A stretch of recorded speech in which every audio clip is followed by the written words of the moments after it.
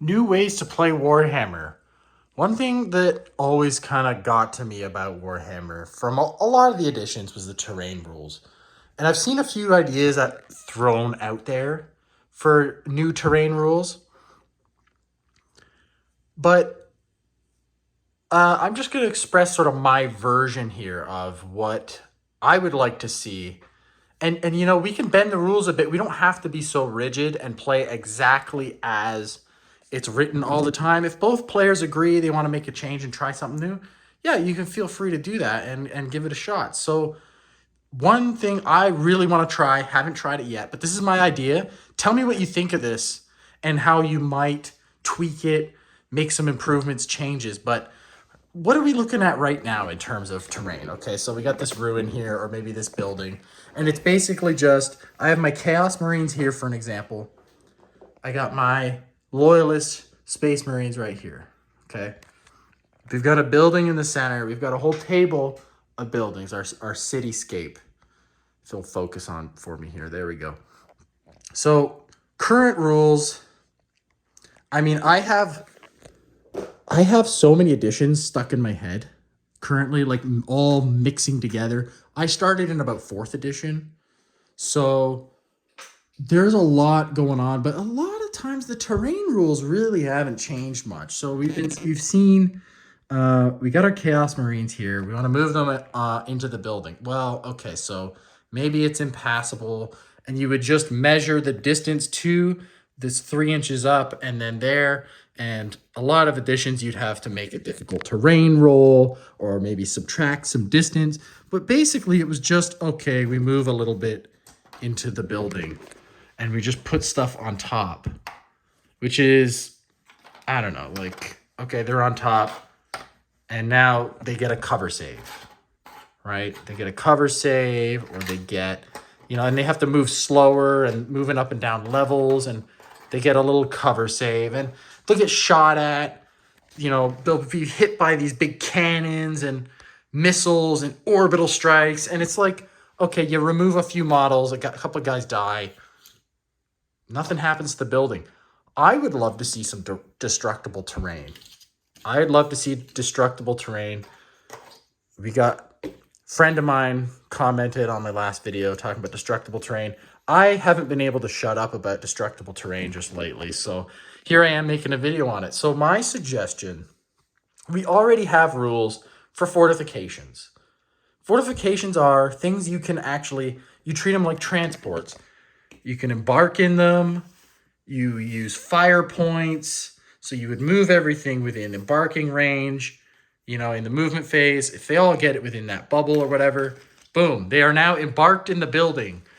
If maybe, you're playing Horse Heresy, maybe the armor of the building is 13 all around. I'm a Horse Heresy person, so that's probably what I would do.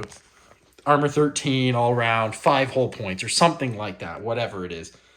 I hate the building damage table. The building damage table is so punishing. Nobody wants to take fortifications. So I would say just treat buildings like, you just ignore the building damage table, except for maybe the explodes result. Like you get a 7, you get a total collapse or whatever, building explodes, whatever it is. But instead of even exploding, maybe you could do D3 more hull points lost. In terms of 40k, maybe it's toughness 8, 20 wounds, 3 up save, something like that, right? And then when it gets destroyed, maybe it does some automatic hits. I don't even want to say mortal wounds, because I want to make these buildings fun. I don't want them to be punishing. I want people to use buildings. I want them to be an integral part of the game. If buildings gave you a huge advantage on the battlefield, think of how many more people would be making amazing building terrain. You would end up with, everybody's going to have tables full of beautiful buildings, because, oh, look, I can embark in the building. Now I can go anywhere. If I want to go on the battlements, okay, sure, I get a cover save, but I'm on the battlements. I shoot anywhere.